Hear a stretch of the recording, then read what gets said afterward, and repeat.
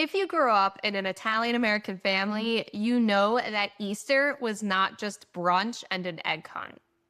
It was all day long, and sometimes even started the day prior. I'm Maria. I grew up with an authentic Italian family over in Calabria and my authentic Italian-American family here in the States. Easter, or Pasqua in Italian, is a really big deal. And you know I can't make one of these videos without talking about food. For us, it all started after Mass. You'd walk into your aunt's house or nonna's house and the smell of the food would just hit you in the face. The table, already covered in antipasto. You've got salami, pepperoni, prosciutto, mortadella, provolone, gli olivi, olives, roasted peppers.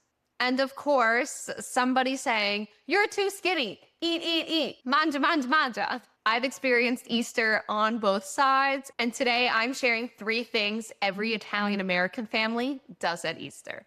So always number 1, the food. The main course for us is always lamb. And dessert, oh, don't even get me started on the dessert. It wasn't just dessert. It was a dessert table.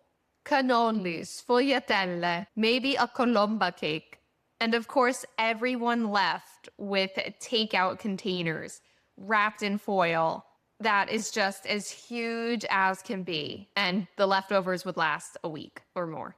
Another thing Italian-American families do every Easter is the house had an open door policy. At the dinner, it's never your immediate family. It is always extended family, family, friends, cousins, random neighbors popping in for coffee. And the neighbors that came in for coffee stayed until 8 o'clock at night or later. Coats were piled on the bed and you couldn't sit anywhere. You basically had almost assigned seating. Like for me, I'm always at the kids' table to this day, kids' table. And while the adults are shouting over the table or the kitchen, the kids are outside doing the mega egg hunt. And it was the biggest egg hunt you've ever seen. We were in our Sunday best for Easter, and our nice shoes would slip on the grass outside, and then all the family would gather outside and take pictures and say smile, and this whole event. That's how my family did it anyway. If this brings you back, if your family does something similar, let me know in the comments. I love hearing everyone's stories. This last one, I feel like it's popular, but you'll have to tell me if you did it or not. It's the palm cross.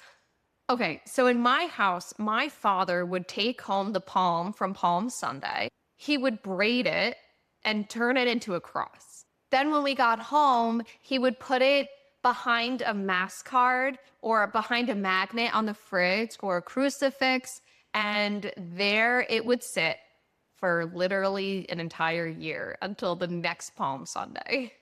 And it would get dry and dusty, but you couldn't touch it because somehow my father would notice if it was gone. So I don't know if that's super common in all Italian-American families or just my family. So let me know in the comments if you also have a Palm Sunday cross in your house right now. And kudos to you if you know how to make one. They're not easy. That's pretty cool.